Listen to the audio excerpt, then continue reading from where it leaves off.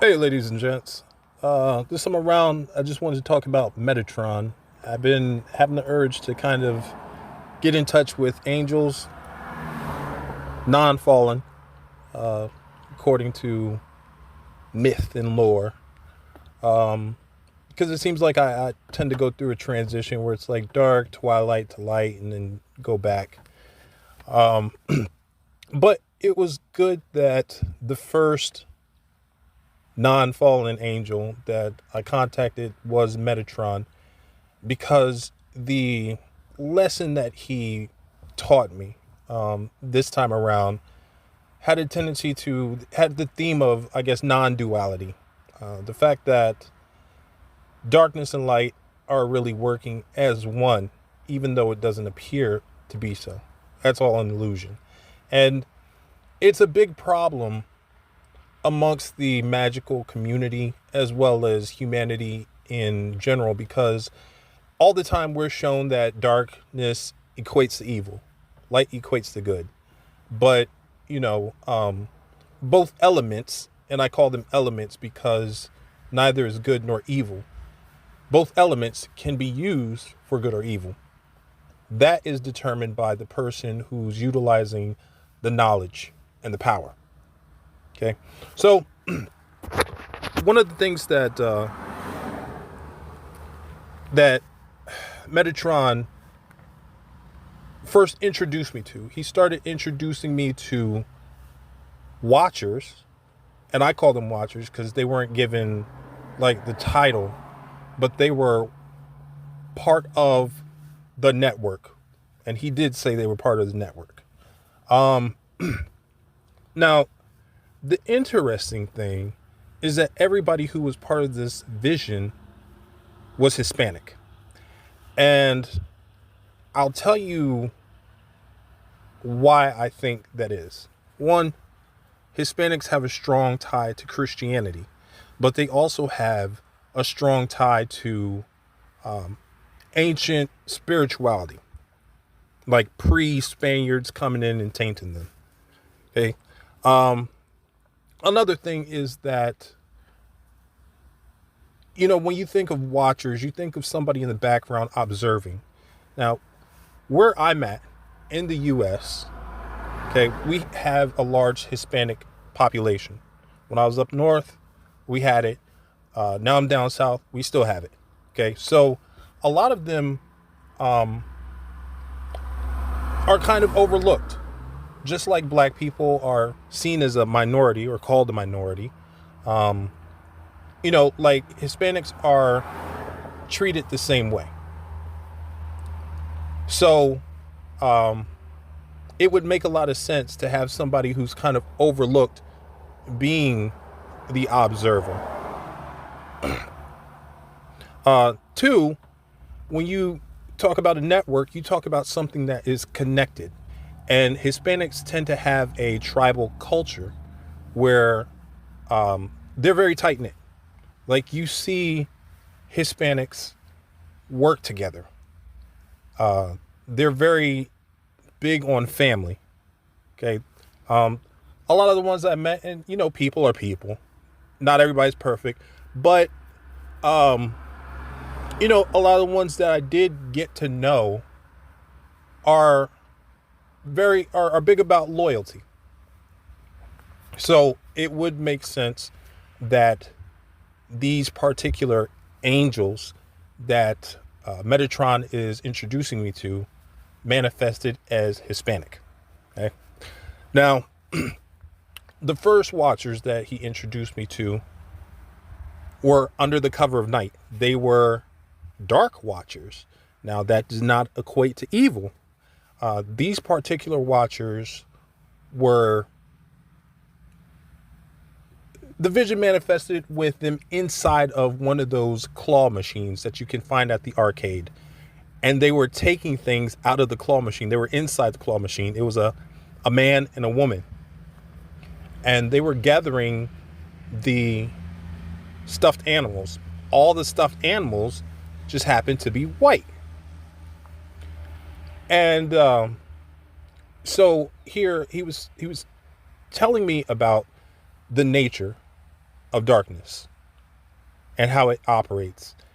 It's it's subtle because it operates in darkness, and most oftentimes, like, the subtle things happen within darkness. But two, it was overriding the system. So instead of using the claw to get the machine, it went into the machine to get what it wanted. Now the darkness was only collecting, like in the vision, was only collecting stuffed toys that were white. Now what this represents is both innocence and purity. And I'm not saying purity in the sense that it was collecting things that are perfect, but it was collecting things that were genuine. And in my experience, you start having deep spiritual experiences when you're genuine about your search, when you're pure about your journey, and when you're honest and truthful. That also creates an innocence within you, because there are a lot of people who utilize spirituality for gain, for physical gain, for profit. So this darkness, which was the Watchers, was collecting those who are innocent and pure, not evil. It's removing you so that you can be used to go deeper spiritually and help others who are also searching. Next, Metatron brought me into the daytime, the light, which was represented by a male, and it was a male only. Now this is very interesting, and this is very important, because with the Dark Watchers, the female aspect of darkness was being worked together with the male. So the darkness openly accepts the feminine.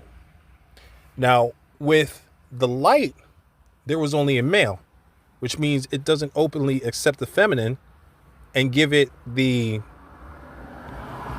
due that it deserves. However, it had subtle elements that were feminine. So that particular Watcher was working with water, which is a feminine element. Okay.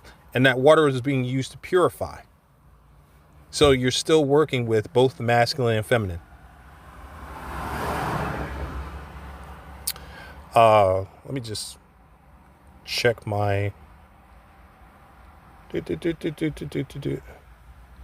check my notes here.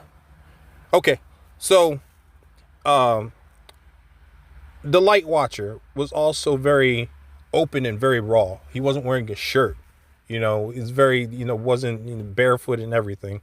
And when it comes to light, things are brought to light, things are known, so things are obvious. So this person was being very obvious, very loud, very,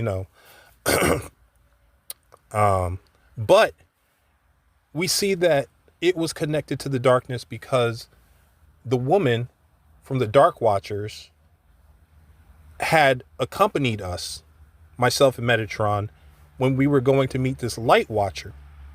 Now, the thing is that out in the open, they won't acknowledge that they work together. So this was shown when, like, the Light Watcher was trying to, like, shake hands with the woman, and she was like, nah, she, like, totally ignored him.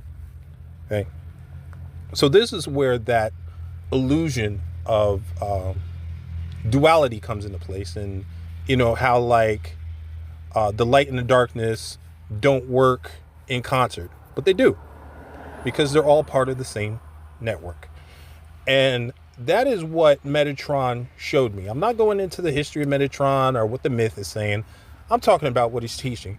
And Metatron is known as, like, in lore, as Little Yahweh.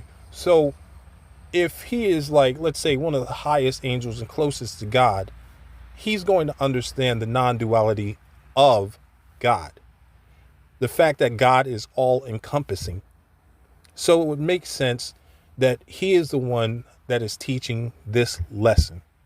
Now, the way I contacted him is I'm currently reading Damien Eccles' book on angels and archangels.